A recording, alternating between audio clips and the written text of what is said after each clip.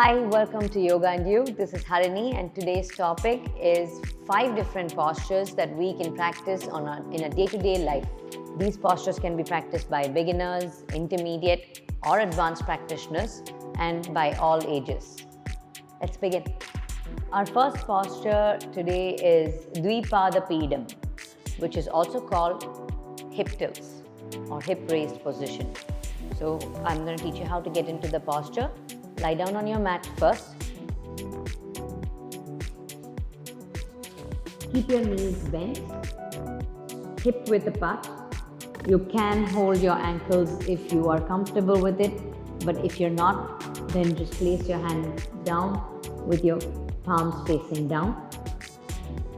I'm going to hold my ankle and show you. Make sure that your chin is not lifting up. Chin should be tucked down. Squeeze your glutes and inhale, lift your hips up and breathe. This posture is great to open up your hips, stretch your quadriceps and give a good relief to your lower back in case you have a lower back pain.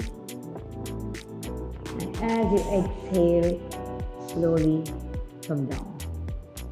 Keep your knees hip width apart. Hands can either hold your ankle or place it down next to your body.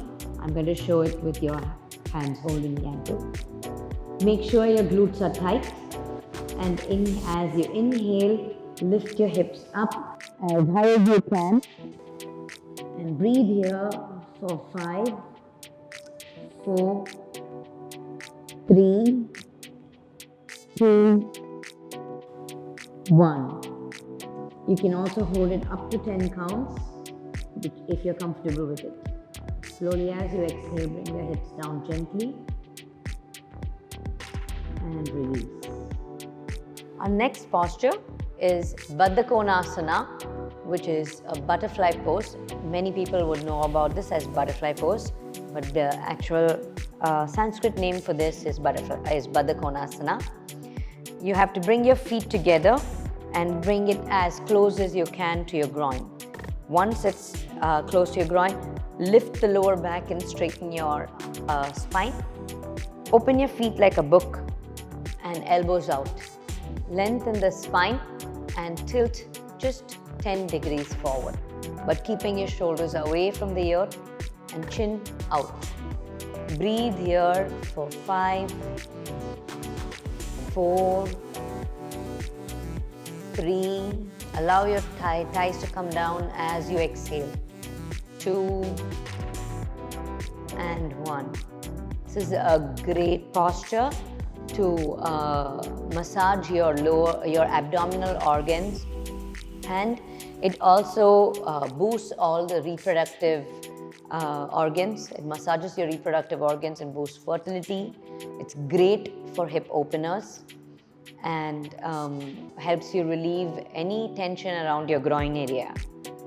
Our third posture is Virabhadrasana 1. So this posture, you're going to start with keeping your feet together and step your right leg forward in a straight line. It is not in line with the other leg, but it has come forward in a straight line, just like you keep a foot forward. And from here, as you inhale, raise your arms up and bend your right knee alone simultaneously and join your palms.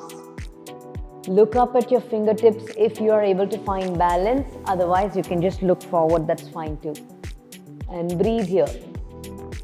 1, 2, 3, 4, 5. As you exhale, bring your hands down and knee becomes straight simultaneously and Samastiti.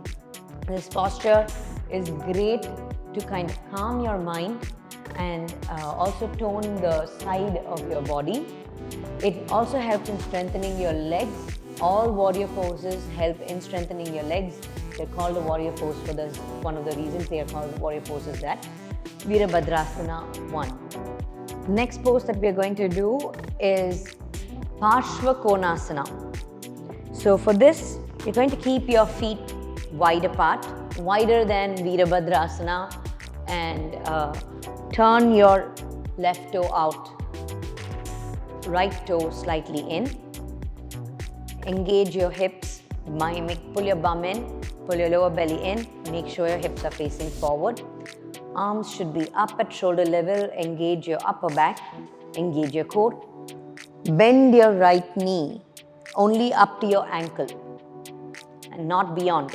So only up to your ankle, and as you exhale, you can either place your left hand on your left elbow on your thigh and take your right hand over the head, or if you're able to, pull yourself forward, place your left hand down and take your right hand over your head. You can stay here and breathe. 1, 2, 3, 4, 5. Inhale and come up. Straighten your knee. Exhale, hands down.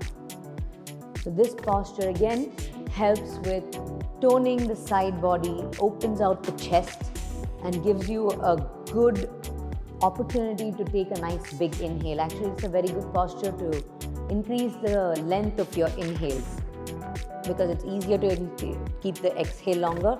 Pretty tough to keep the inhale longer, but this posture helps with that.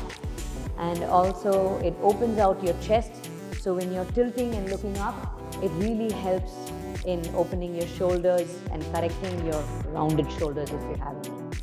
Repeat this on the other side for 5 counts. So our final pose is Vrikshasana, tree pose, and for this you can place your foot just below your knee or above your knee. Do not place it on the side of your knee. So place it above your knee or below your knee. Make sure your knee that is bent is facing outward and your hip feels open. Hands can be in prayer position in front of you.